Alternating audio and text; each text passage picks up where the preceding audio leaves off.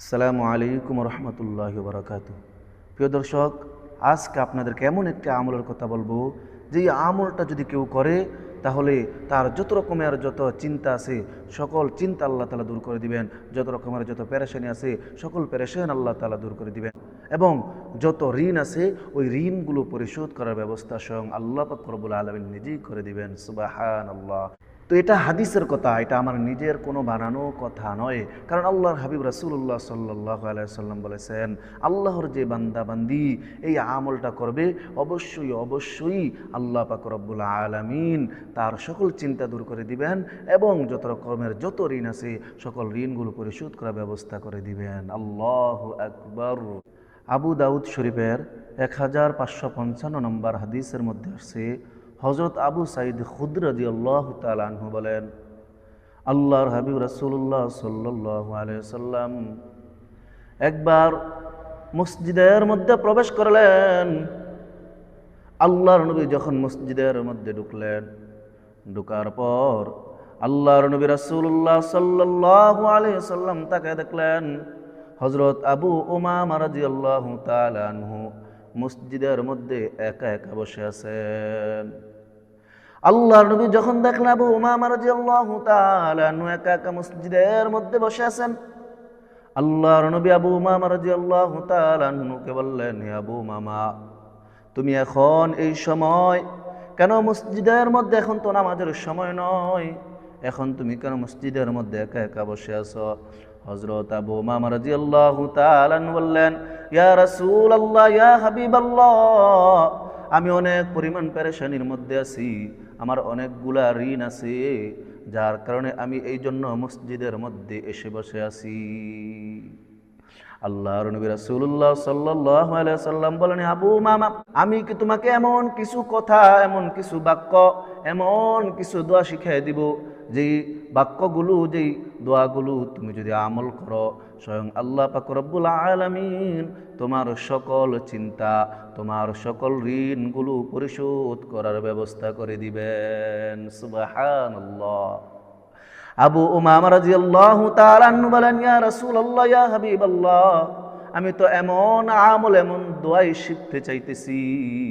আল্লাহর হাবিব রাসূলুল্লাহ সাল্লাল্লাহু আলাইহি সাল্লাম বলে, তাইলে তুমি প্রতিদিন সকাল এবং সন্ধ্যা, অর্থাৎ ফজর নামাজের পর আর সন্ধ্যাবেলা মাগরিবের পর তুমি এই দোয়াটা পড়বা, তাহলে আল্লাহ পাক রব্বুল আলামিন তোমার সকল পেরেশানিগুলো দূর করে দিবেন, তোমার সকল ঋণগুলো পরিশোধ করার ব্যবস্থা করে দিবেন। সুবহানাল্লাহ।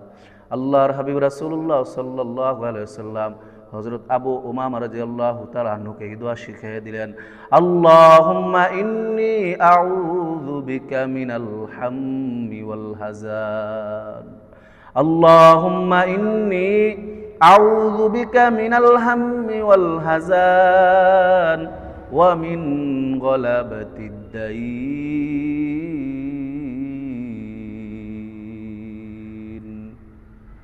আল্লাহ, আপনার কাছে আমি পেরেশানি এবং দুশ্চিন্তা থেকে পানা চাই এবং আমার যত ঋণ আছে ওই ঋণ থেকে মুক্তি চাই। সুবহানাল্লাহ। আল্লাহর হাবিব রাসূলুল্লাহ সাল্লাল্লাহু আলাইহি ওয়াসাল্লাম হযরত আবু উমামা রাদিয়াল্লাহু তাআলা আনহুকে যখন এই দোয়া শিখিয়ে দিলেন, শিখিয়ে দেওয়ার পর আবু উমামা রাদিয়াল্লাহু তাআলা আনহু কয়েকদিন আমল করলেন। আমল করার পর হযরত আবু উমামা রাদিয়াল্লাহু তাআলা আনহু বলতেছেন, আমি কয়েকদিন আমল করার পর আল্লাহ পাক রব্বুল আলামিন আমার সকল পেরেশানিগুলো দূর করে দিয়েছেন। সুবহানাল্লাহ। এবং ওই ঋণগুলো পরিশোধ করার ব্যবস্থাও আল্লাহ পাক রব্বুল আলামিন করে দিয়েছেন। সুবহানাল্লাহ।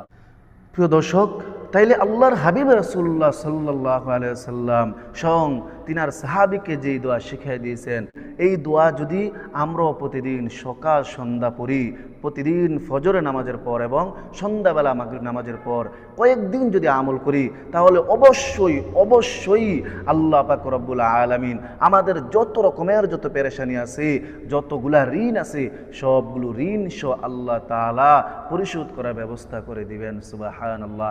আসুন তাহলে আজকে থেকেই আমরা এই আমল শুরু করি। যদি আমাদের পেরেশানি থাকে, আমরা যদি চাই যে আমাদের পেরেশানি দূর হোক, যদি আমাদের ঋণ থাকে, আমরা যদি চাই যে আমাদের ঋণগুলো পরিশোধ হোক, তাহলে আমরা আজকে থেকে আমল শুরু করি।